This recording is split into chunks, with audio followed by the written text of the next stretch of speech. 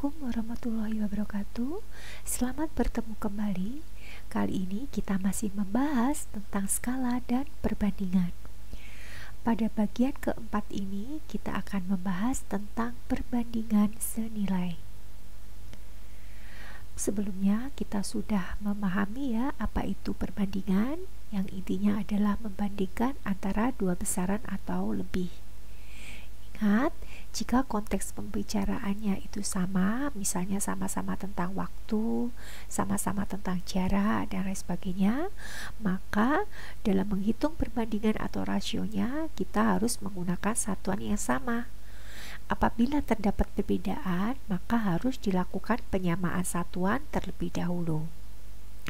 Contohnya, ketika dites kecepatan mengetik di handphone, Resa membutuhkan setengah jam, Raja membutuhkan waktu 1/4 jam, dan Revo membutuhkan 45 menit, maka untuk mengetahui berapa perbandingan kecepatan membaca mereka, kita lihat konteks satuannya, yakni adalah waktu. Jadi ada jam, kemudian ada menit. Jadi sama-sama waktu. Nah, ini kita jadikan dalam satuan menit. Nah, bagaimana menentukan perbandingan dua besaran dengan satuan dan konteks satuan yang berbeda?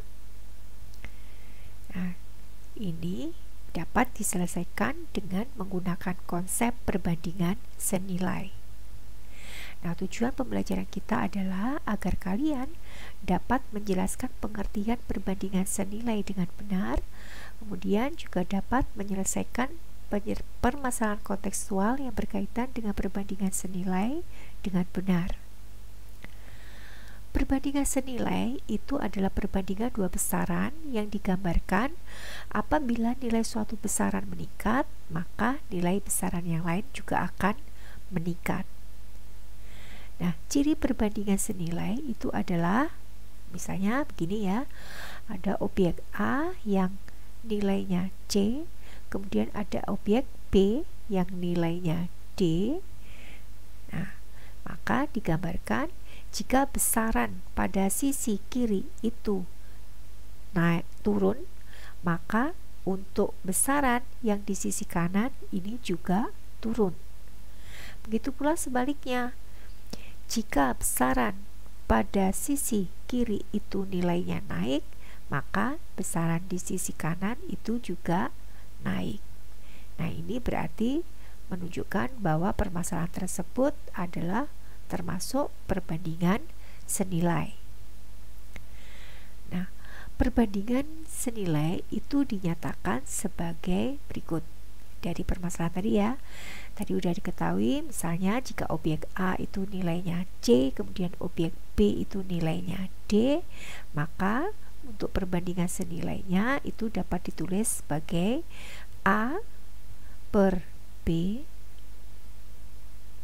sama dengan C per D. A per B sama dengan C per D, atau AD sama dengan BC. Nah, adapun grafik untuk perbandingan senilai, kita lihat ilustrasinya. Jadi di sini ada tabel yang menunjukkan hubungan antara jarak yang ditempuh dan waktu yang diperlukan oleh seorang pengendara sepeda motor.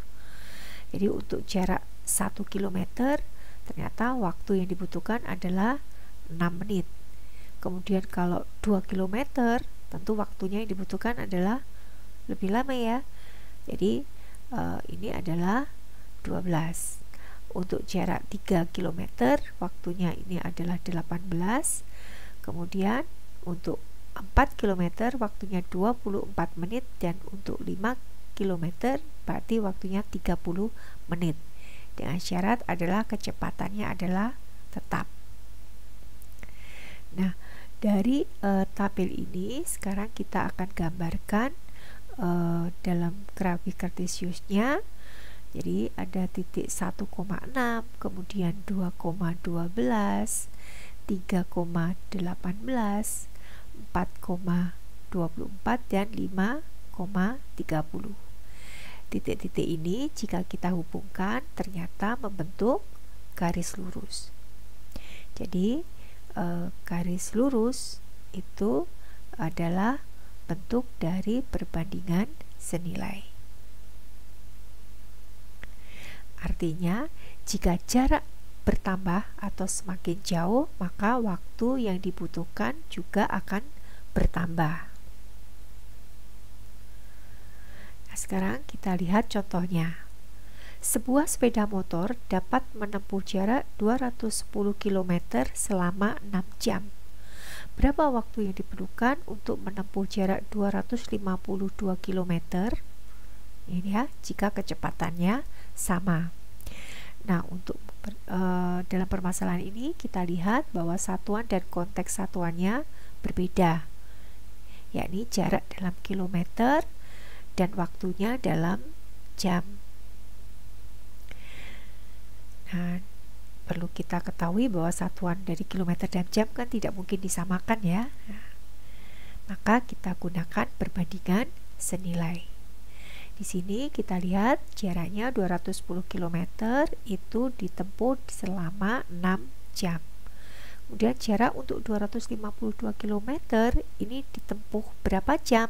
Nah, inilah yang akan kita cari. Nah, perhatikan bahwa konteks satuan yang sama harus diletakkan di sisi yang sama. Nah, ini yang harus kita pahami. Jadi, di sini di bagian sisi kiri itu konteks satuannya adalah kilometer. Yang di kanan ini adalah jam. Nah, jadi harus sama-sama jam, gitu ya maksudnya. Nah, dari sini karena perbandingan senilai, kita gunakan aturan pada perbandingan senilai, yakni 210 per 252 sama dengan 6 per P. Nah, kemudian kita lakukan perkalian silang sehingga diperoleh 210P sama dengan 252 kali 6. P sama dengan 252 kali 6 per 210 dan P sama dengan 7,2. Jadi maksudnya di sini adalah 7,2 jam. Jadi 7 jam 12 menit. Jadi waktu yang diperlukan untuk menempuh jarak 252 km adalah 7 jam 12 menit. Contoh yang kedua, dalam waktu 1 minggu, sebuah toko dapat menjual 20 buah sirup, 2 botol sirup ya, dengan harga Rp210.000. Jika pada minggu berikutnya sirup yang terjual sebanyak 2 lusin, tentukan besarnya pendapatan yang dihasilkan dari penjualan sirup tersebut. Nah, di sini kita lihat 20 botol itu harganya Rp210.000. Nah, untuk 24 botol, jadi ya 2 lusin kan ya tadi yang ditanyakan. Nah, ini berapa harganya? Nah, perhatikan bahwa konteks satuan yang sama tetap harus diletakkan di sisi yang sama. Jadi yang kiri itu tentang botol, kemudian yang kanan itu dalam rupiah. Jadi harus sama. Karena ini merupakan perbandingan senilai, maka kita lakukan perhitungannya adalah 20 per 24 sama dengan 210.000 per R. Dan kita lakukan perkalian silang, 20R sama dengan 24 kali 210.000, R sama dengan 24 kali 210.000 per 20, dan R sama dengan 252.000. Jadi, besarnya pendapatan yang dihasilkan dari penjualan 2 lusin sirup adalah Rp252.000. Contoh yang ketiga, nah ini sedikit berliterasi ya. Telur itu dipercaya sebagai sumber protein terbaik. Sayangnya, bagian kuningnya juga diklaim mengandung kolesterol tinggi. Kadar kolesterol yang tinggi dalam tubuh itu bisa meningkatkan risiko berbagai penyakit kronis seperti penyakit jantung dan kematian dini. Di sisi lain, kolesterol juga penting bagi tubuh. Melansir Healthline, kolesterol itu membantu dalam pembentukan hormon steroid seperti testosteron, estrogen dan kortisol.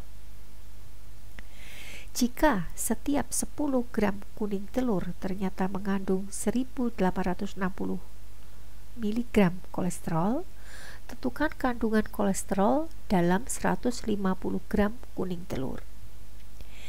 Nah, berarti dari permasalahan ini kita tahu bahwa 10 gram kuning telur, 10 gramnya itu mengandung 1860 mg kolesterol. Kemudian berarti untuk 150 gram, nah ini berapa kolesterolnya? Nah, sekarang kita kerjakan sama seperti yang sebelumnya. Jadi 10 per 150 sama dengan 1860 per R. Kita lakukan perkalian silang, kemudian kita lakukan perhitungan, diperoleh R-nya sama dengan 150 kali 1860 per 10. Ini sama dengan 27.900.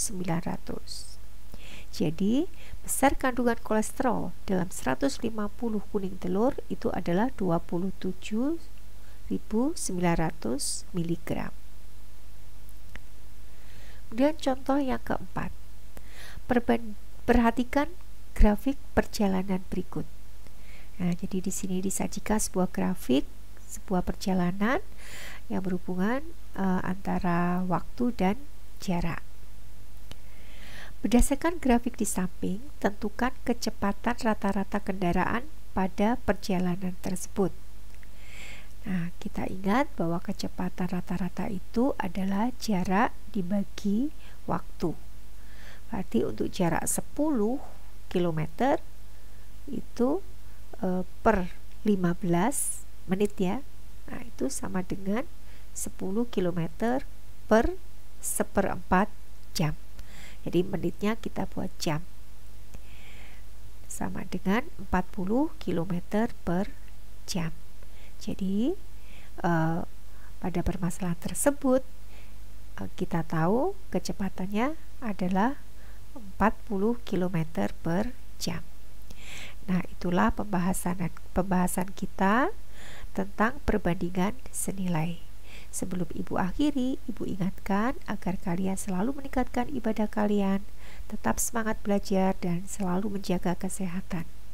Wassalamualaikum warahmatullahi wabarakatuh.